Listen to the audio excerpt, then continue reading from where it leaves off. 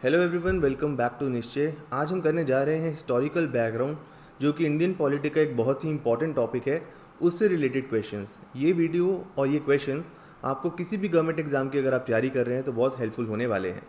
तो आइए बिना टाइम वेस्ट कर स्टार्ट करते हैं। क्वेश्चन नंबर 1 है, विच of the following acts made provisions for the establishment of the supreme Court at Calcutta fort William. तो हम सब जानते हैं कि सुप्रीम कोर्ट पहली बार एस्टैब्लिश हुई थी, वो कौन से एक्ट से हुई थी, ये हमसे पूछा गया है। Regulating act 1773, पिट्स India act 1784, charter act 1813 या फिर चार्टर एक्ट 1833। आप लोग अपने जो आंसर्स हैं उसको कमेंट सेक्शन में बता सकते हैं। तो हम सब जानते हैं कि जो सुप्रीम कोर्ट है, it was established by the regulating act of 1773 and ये पहला एक्ट था जो कि ब्रिटेन के पार्लियामेंट ने पास किया था to regulate the affairs of the East India Company in India. हम सब जानते हैं कि 1600 में ईस्ट इंडिया कंपनी आई थी एज अ ट्रेडिंग कंपनी। 1757 में बैटल ऑफ प्लासे हुई, दिन 1764 में बैटल ऑफ बक्सर हुई एंड उसके बाद जो ईस्ट इंडिया कंपनी का रोल था वो पॉलिटिकल और एडमिनिस्ट्रेटिव अफेयर्स में भी आ गया। तो उसको कंट्रोल करने के लिए 1773 में रेगुलेटिंग एक्ट आया, जिसका एम ये था कि जो ईस्ट इंडिया कंपनी है उसकी एक्टिविटीज़ को रेगुलेट किया जाए एंड इसीलिए इस एक्ट का नाम है रेगुलेटिंग एक्ट 1773। तो आइए अब इसकी एक्सप्लेनेशन देखते हैं। The regulating act of 1773 was the first significant step taken by the British Parliament to regulate the affairs of the East India Company in India. One of its major provision was the establishment of the Supreme Court at Fort William at Calcutta. तो आपको याद होना चाहिए कि regulating act से हमारी supreme court बनी थी 1774 में and it was established at Fort William at Calcutta. अब बात करते हैं कि उस सुप्रीम कोर्ट की कॉम्पोजिशन क्या थी। जैसे हम देखते हैं आज CGI प्लस 33 जजेस, यानी कि टोटल 34 जजेस हैं हमारी सुप्रीम कोर्ट में। उस टाइम पे जो पहली सुप्रीम कोर्ट बनी थी उसके अंदर there was 1 CGI and 3 other जजेस। ठीक है, अब एक और क्वेश्चन बहुत इंपॉर्टेंट बनता है कि जो पहले चीफ जस्टिस थे उनका नाम क्या था। Sir Elijah Impey was the appointed as the first chief justice. तो ये आपने याद रखना है, बहुत इंपॉर्टेंट है, डायरेक्टली क्वेश्चन आता है प्रीलिम्स में। Sir Elijah Impey was appointed as the first chief justice. जो कोर्ट थी उसकी जुरिस्डिक्शन थी ओवर बंगाल, बिहार, ओडिशा, लेकिन उसकी जो अथॉरिटी थी वो क्लैश करती थी विद द एग्जीक्यूटिव, यानी कि कंपनीज एडमिनिस्ट्रेशन। एंड यही कारण है कि एक अमेंडिंग एक्ट आता है जिसको हम एक्ट ऑफ सेटलमेंट भी कहते हैं 1781 में। एंड इसका मेन एम यही होता है कि जो सुप्रीम कोर्ट की पावर्स हैं उनको कम किया जाए और जो गवर्नर जनरल है, गवर्नर जनरल की पावर को बढ़ाया जाए। तो आई होप आपको क्लियर है। पहला question, Supreme Court Fort William Calcutta 1773 के रेगुलेटिंग एक्ट से, कॉम्पोजिशन CGI प्लस 3 जजेस and sir Elijah Impey was the first chief justice. अब हम चलते हैं नेक्स्ट क्वेश्चन पे। क्वेश्चन नंबर 2, मैच करनी है आपने लिस्ट 1 को लिस्ट 2 के साथ, करेक्ट ऑप्शन चूज कर। Establishment of board of control, establishment of Supreme Court at Calcutta, permission to English missionaries to work in India, appointment of law member in governor general council. नीचे act के नाम दिए हैं जिसके साथ आपको इनको मैच करना है। Regulating act of 1773, पिट्स India act 1784, charter act 1813 and charter act 1833। तो जो पहला ऑप्शन है establishment of Supreme Court at Calcutta, वो तो क्लियर है, अभी हमने पिछले क्वेश्चन में देखा, it was bye regulating act of 1773। तो बी के साथ मैच होना चाहिए 1।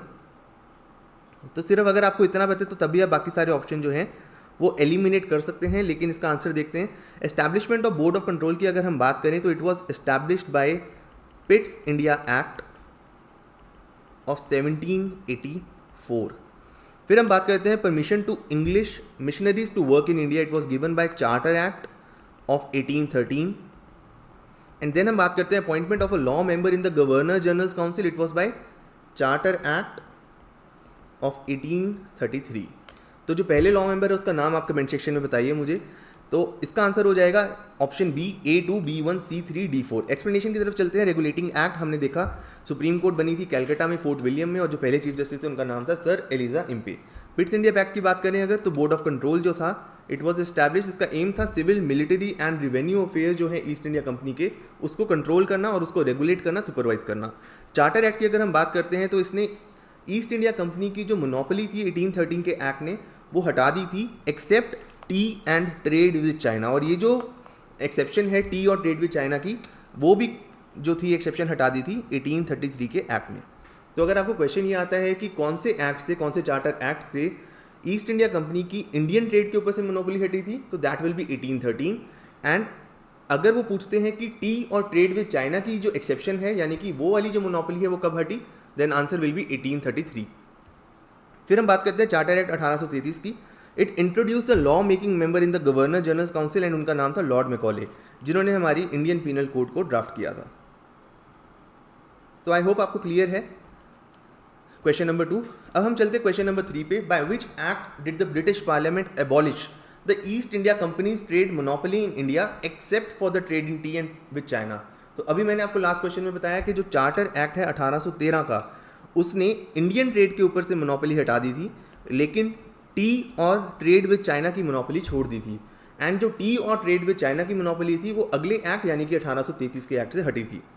तो आंसर होगा इसका चार्टर एक्ट ऑफ 1813। एक्सप्लेनेशन देखते हैं। Charter act of 1813 ended the trade monopoly of the East India Company in India except for trade in T with China and with China which remained under the companies control until 1833। मतलब 1833 में जो T और China के साथ हमने छोड़ी थी Britain parliament ने, वो भी हटा दी गई थी। अब उसके अलावा इस एक्ट में क्या हुआ, इसने सॉवरेनिटी को असर्ट किया ब्रिटिश क्राउन की over the territories of India, और ये क्लियरली मेंशन किया कि जो भी ईस्ट इंडिया कंपनी के पास टेरिटरीज हैं that are held by it in trust of British crown, यानी कि ब्रिटिश क्राउन ही असली मालिक है। जो क्रिश्चियन मिशनरीज हैं उनको अलाउ किया इंडिया में रिलीजियस और एजुकेशनल पर्पसेस के लिए आने के लिए, और साथ ही एम्पावर किया लोकल गवर्नमेंट्स को to impose taxes and enforce penalties on defaulters. तो हम कह सकते हैं कि जो चार्टर एक्ट 1813 का था उसमें जो मेन फीचर्स थे उसमें से सबसे इंपॉर्टेंट फीचर ये था कि जो इंडियन ट्रेड के ऊपर मोनोपोली थी ईस्ट इंडिया कंपनी की, उसको इसमें हटाया गया था। आई होप आपको पहले 3 क्वेश्चन क्लियर होंगे। Now we will move on to next question. With reference to Indian councils act of 1861 consider the following statement. हमें इंडियन काउंसिल एक्ट के ऊपर 1861 के इंडियन काउंसिल एक्ट के ऊपर 3 स्टेटमेंट दी गई हैं। हमें बताना है कि इनमें से कौन कौन सी स्टेटमेंट करेक्ट है। जब भी आप कोई क्वेश्चन अटेम्प्ट करें, एमसीक्यू अटेम्प्ट करते हैं, तो आपको सबसे पहले ये देखना है कि which of the following statements are correct, या फिर नॉट करेक्ट, या फिर इनकरेक्ट। तो इस क्वेश्चन में करेक्ट स्टेटमेंट पूछा है। अगर कई बार होता है कि हमें आंसर पता भी होता है लेकिन हम करेक्ट को इनकरेक्ट को करेक्ट पढ़ लेते हैं और अपना आंसर गलत मार्क कर देते हैं, तो उस चीज़ को आपने ध्यान रखना है। पहली स्टेटमेंट है, as the result of this act the total number of members in the executive council of the governor general became 7। Second statement है, for legislative purposes the number of additional members could be a minimum of 6 and a maximum of 12. And third statement है, no distinction was made between central and provincial subjects. तो आप अपना answer comment section में mark करिए। अब देखते हैं पहली स्टेटमेंट। पहली स्टेटमेंट जो है वो कहती है इस एक्ट के कारण जो एग्जीक्यूटिव काउंसिल के मेंबर्स थे वो 7 हो गए। दिस स्टेटमेंट इज रॉन्ग, क्योंकि वो 7 नहीं बढ़कर 6 हुए थे। ठीक है, तो पहली स्टेटमेंट गलत है, तो हम इसमें से एलिमिनेट कर सकते हैं option A, option C and option D. तो आपका राइट आंसर आ जाता है ऑप्शन बी। सेकंड स्टेटमेंट कहती है फॉर लेजिस्लेटिव पर्पस, यानी कि लॉ बनाने के पर्पस के लिए जो एडिशनल मेंबर थे वो कम से कम 6 थे और ज़्यादा से ज़्यादा 12 थे। ये बात बिल्कुल सही है। एंड कोई भी डिस्टिंक्शन नहीं की थी सेंट्रल और प्रोविंशियल सब्जेक्ट्स में। ये हमें पता है कि आने वाले एक्ट्स में ऐसा होने वाला है। अच्छा, आप बताइए कमेंट सेक्शन में कि कौन से एक्ट में पहली बार डिस्टिंक्शन की गई थी between central and provincial subjects. तो आइए इसकी एक्सप्लेनेशन देखते हैं। आंसर इसका हो गया बी। इंडियन काउंसिल एक्ट जो 1861 का था उसने ट्रांसफॉर्म किया गवर्नर जनरल के एग्जीक्यूटिव काउंसिल को into a miniature cabinet, introducing the portfolio system. अब पोर्टफोलियो सिस्टम क्या होता है, बहुत इंपॉर्टेंट है।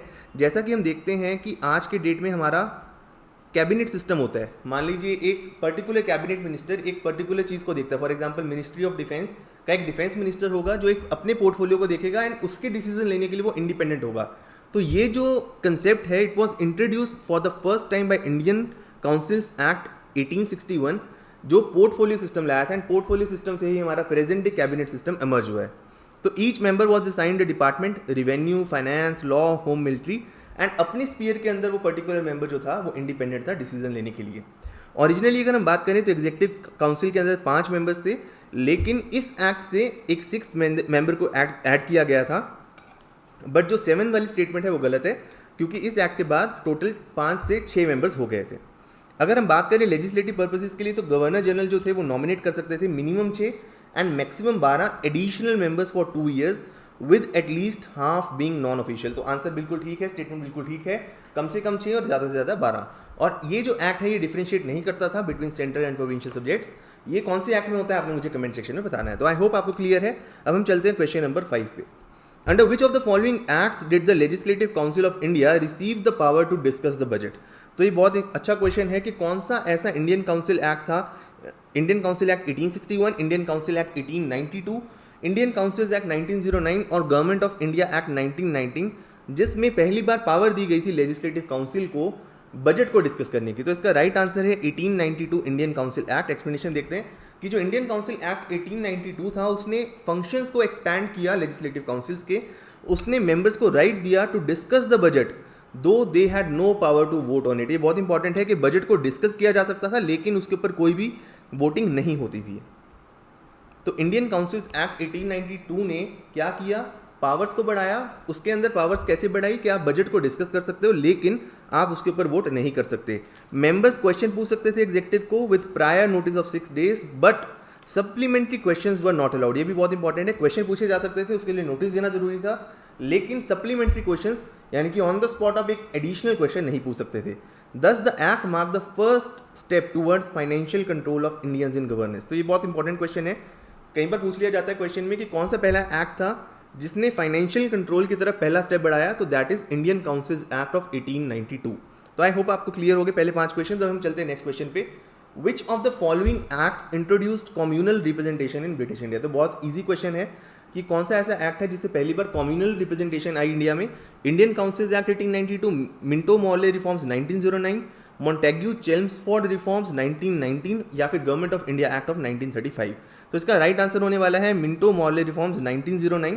जो इंडियन काउंसिल्स एक्ट 1909 था उसको हम मिंटो मॉर्ले रिफॉर्म्स भी कहते थे क्योंकि उसने इंट्रोड्यूस किया था कंसेप्ट सेपरेट इलेक्टोरेट्स का for Muslims, giving them the right to elect their own representative. Separate electorate का मतलब क्या है कि सिर्फ उस पर्टिकुलर सीट को इलेक्ट करने के लिए सिर्फ मुस्लिम्स ही वोट कर सकते हैं। एंड अल्टीमेटली क्या हुआ, 1919 के एक्ट से, गवर्नमेंट ऑफ इंडिया एक्ट से इसको एक्सटेंड कर दिया गया to other communities as well. So this was the first legal recognition of a communalism in Indian politics, which later deepened divisions and laid down the foundation for partition. तो ये जो separate electorate का concept था, इससे जो Hindu Muslims के बीच की दूरी थी वो और बढ़ गई। आइए चलते हैं नेक्स्ट क्वेश्चन पर। The Federal Court of India was established under which of the following acts? Indian Councils Act 1861, Government of India Act 1909, Government of India Act 1919 या फिर Government of India Act 1935। तो एक इंपॉर्टेंट बात आप याद रखिए, जो सुप्रीम कोर्ट की अगर हम बात करते हैं, एक टाइमलाइन देखते हैं। 1773 में supreme court was established bye regulating act. 1774 में एस्टैब्लिश हुई थी 1773 के रेगुलेटिंग एक्ट से। उसमें हमने पढ़ा एक चीफ जस्टिस थे, 3 जजेस थे, एंड वो कहाँ पर एस्टैब्लिश हुई थी, फोर्ट विलियम कैलकाटा में। अब 1774 से लेके 1861 तक there was only Supreme Court. 1861 में क्या हुआ कि जो सुप्रीम कोर्ट थी उसको हमने अबॉलिश कर दिया और अब हमारे पास आ गई हाई कोर्ट्स। अब 1935 तक we only had high courts, हमारे पास कोई सुप्रीम कोर्ट नहीं थी। 1935 के गवर्नमेंट ऑफ इंडिया एक्ट से नई चीज़ आती है फेडरल कोर्ट। एंड आज़ादी के बाद 1950 के कॉन्स्टिट्यूशन से क्या बनती है, सुप्रीम कोर्ट, यानी कि फेडरल कोर्ट क्या बन जाती है, सुप्रीम कोर्ट बन जाती है। लेकिन एक चीज़ चेंज हो जाती है कि जो फेडरल कोर्ट है उसकी अपील प्रिवी काउंसिल में जाती थी इंग्लैंड में, लेकिन सुप्रीम कोर्ट की कोई भी अपील कहीं और नहीं जाती। Supreme court is the highest appellate court of India. तो आप देख सकते हैं, इससे हम देखते हैं कि 1774 में सुप्रीम कोर्ट बना, 1861 तक रहा, 1861 से लेकर 1935 तक हाई कोर्ट्स रहे, एंड 1935 में फेडरल कोर्ट क्रिएट हुआ by Government of India act 1935। So the right answer will be government of India act 1935। Explanation देखते हैं। The federal court of India was established on 1 October 1937 under the provisions of the government of India act 1935। It was set up to resolve disputes between provinces and centre and to interpret the constitution act. यानी कि जो major function आज supreme court करती है, similar function वो करती थी। Sir Morris गायर became the first chief justice of the federal court. तो ये बहुत इंपॉर्टेंट चीज़ है। पहले हमने देखा था कि फर्स्ट सुप्रीम कोर्ट के चीफ जस्टिस कौन थे, रेगुलेटिंग एक्ट से जो बनी थी, एंड अब हम देख रहे हैं कि फेडरल कोर्ट जो गवर्नमेंट ऑफ इंडिया एक्ट 1935 से बनी है उसके पहले चीफ जस्टिस कौन थे, and the right answer is Maurice Gwyer. It was later replaced by the supreme court of India in 1950, जैसा कि मैंने आपको भी बताया। आई होप आपको पहले 7 क्वेश्चन क्लियर हो गए होंगे। हम चलते हैं नेक्स्ट क्वेश्चन पे। In which year was the federal court of India formally establish. पहली बार federal court of India formally establish कब हुई है। हमने देखा कि गवर्नमेंट ऑफ इंडिया एक्ट 1935 से फेडरल कोर्ट बनी, लेकिन it was established formally on 1 October 1937। So the right answer will B 1937। Although the Government of India Act 1935 provided for the creation of the Federal Court, it was formally inaugurated on 1 October 1937. The court had jurisdiction over disputes between the central government and provincial governments and also served as the highest appellate authority until 1950. यहाँ पे एक important बात याद रखनी है कि although within India it was the highest appellate authority, but उसकी भी अपील जाती थी in privy council which was in England. So I hope आपको सब कुछ अभी तक क्लियर हो गया होगा. Now we will move on to next question. Question number 9. Diarchy at the central level was introduced by which act? Indian Councils Act of 1909, Government of India Act of 1919, Government of India Act of 1935 और Indian independence act 1947. तो question ये है कि जो dyarchy थी पहली बार central level पर, important क्या चीज़ पूछी गई है कि सेंट्रल लेवल पर डायरकी जो है वो पहली बार कब इंट्रोड्यूस हुई थी. तो answer will be government of India act 1935. जो गवर्नमेंट ऑफ इंडिया एक्ट 1935 था उसने पहली बार सेंट्रल लेवल पर डायरकी को इंट्रोड्यूस किया, क्योंकि 1919 का जो गवर्नमेंट ऑफ इंडिया एक्ट था it introduce dyarchy at the level of provinces. 1935 में क्या हुआ कि जो प्रोविंसेस थे प्रोविंसेस को प्रोविंशियल ऑटोनॉमी दे दी थी एंड जो वहाँ पर डायरकी थी उसको हटा दिया था. सब्जेक्ट्स को डिवाइड किया गया दो कैटेगरीज में, reserve subjects and transferred subjects. Reserve subject के अंदर क्या था, जो सब्जेक्ट्स थे रिजर्व उनको गवर्नर जनरल कंट्रोल करता था, जैसे कि डिफेंस, एक्सटर्नल अफेयर्स या फिर बाकी चीज़ें. एंड ट्रांसफर सब्जेक्ट की अगर हम बात करें तो वो जो थे वो that were under the control of ministers which were responsible to the legislature. However जो सेंट्रल डायरकी थी वो इनइफेक्टिव थी एंड वो कभी भी सक्सेसफुली प्रैक्टिस में नहीं आई. तो क्वेश्चन अगर आपको आता है कि प्रोविंशियल डायरकी कैसे इंट्रोड्यूस हुई, तो it was by Government of India act 1919. And अगर सेंट्रल डायरकी कैसे आई तो 1935 का गवर्नमेंट ऑफ इंडिया एक्ट. अब नेक्स्ट क्वेश्चन है, in the context of Indian constitutional history the principle of dyarchy refers to. अब डायरकी का आखिर मतलब क्या है? Division of the central legislature into two houses. Everyone knows कि इसको हम कहते हैं बाय कैमरलिज्म. फॉर एग्जांपल हमारा पार्लियामेंट है, पार्लियामेंट के दो हाउसेज हैं, upper house and lower house. ठीक है, तो अपर हाउस की अगर हम बात करें राज्यसभा, लोअर हाउस की बात करें लोकसभा, तो it is called by cameral legislature. अगर सिंगल हाउस होते तो उसको हम कहते हैं यूनिकैमरल लेजिस्लेचर. तो पहला आंसर गलत है, पहली स्टेटमेंट गलत है. Introduction of double government that is centre and provinces, ये भी गलत है, इसको हम कहते हैं federal government. Having two set of rulers, one in London and another in Delhi, ये भी बिल्कुल गलत है. So the right answer will be point D, division of provincial subjects into two categories. जब हम प्रोविंशियल सब्जेक्ट को दो अलग अलग कैटेगरीज में डिवाइड कर देते हैं, रिजर्व एंड ट्रांसफर्ड, तो उसको हम कहते हैं डायरकी. तो आई होप आपको क्लियर है, ये गवर्नमेंट ऑफ इंडिया एक्ट 1919 से इंट्रोड्यूस हुई थी. The term dyarchy comes from the Greek word dyarchy meaning dual rule, यानी कि दो अलग अलग तरह के लोग रूल करते हैं. Under the government of India act Montagu Chelmsford reforms, provincial subjects were divided into reserve subjects and transferred subjects. जो रिजर्व सब्जेक्ट्स थे वो ज़्यादा इंपॉर्टेंट थे एंड वो गवर्नर जनरल के कंट्रोल में थे, और जो ट्रांसफर्ड सब्जेक्ट्स थे वो कम इंपॉर्टेंट थे and it was under the control of ministers which were responsible to the legislative council. Important बात यह है गवर्नमेंट ऑफ इंडिया एक्ट 1919 के बारे में, that it was the first attempt at introducing responsible government in the provinces. तो आई hope आपको अभी तक जितना भी हमने किया है वो क्लियर हो गया होगा. Now we will move on to question number 11. Under the government of India act of 1919 which of the following were included in the category of reserve subject. तो मैंने देखा कि अभी तक हमने देखा कि प्रोविंशियल सब्जेक्ट जो हैं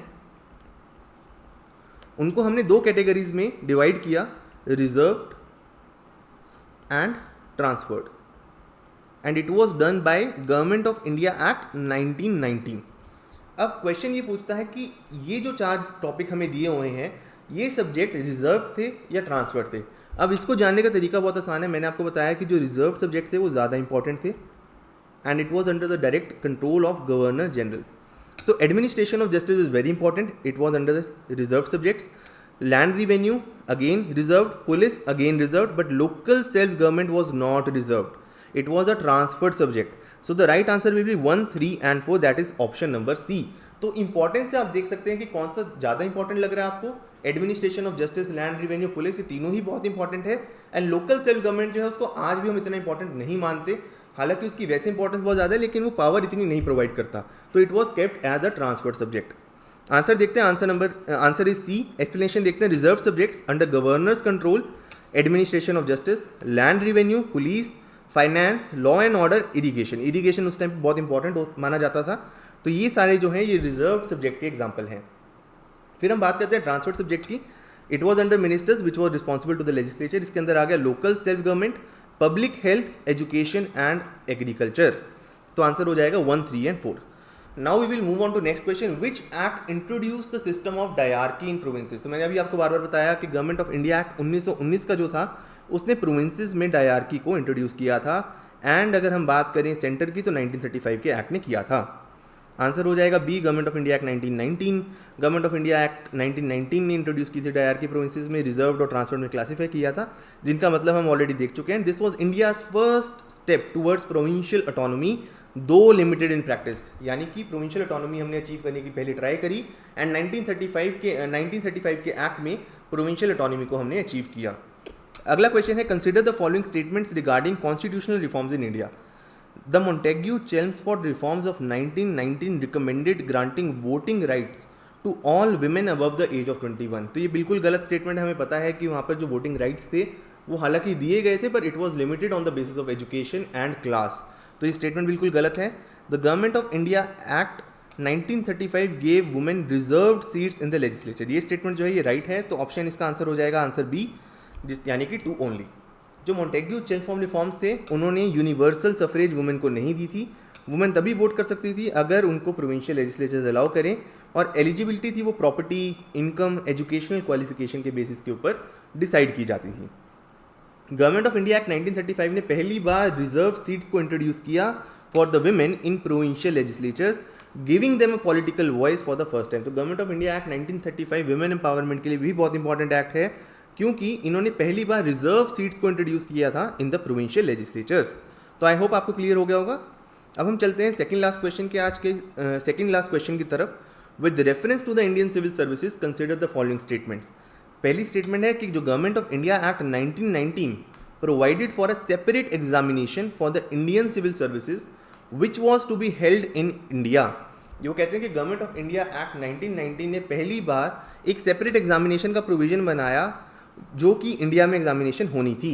bye 1941 the proportion of Indians in the civil services had increased compare to Europeans, यानी कि 1941 में जो इंडियन सिविल सर्विसेज में इंडियंस ज़्यादा थे एंड यूरोपियंस कम थे। तो इसका राइट आंसर होगा सी, यानी कि बोथ 1 और 2 दोनों ही स्टेटमेंट सही है, क्योंकि जो गवर्नमेंट ऑफ इंडिया एक्ट 1919 का था उसने पहली बार प्रोविजन लेकर आया था कि एक सेपरेट एग्जामिनेशन होगी इंडियन सिविल सर्विसेज की इंडिया में, और पहला ऐसा एग्ज़ाम 1922 में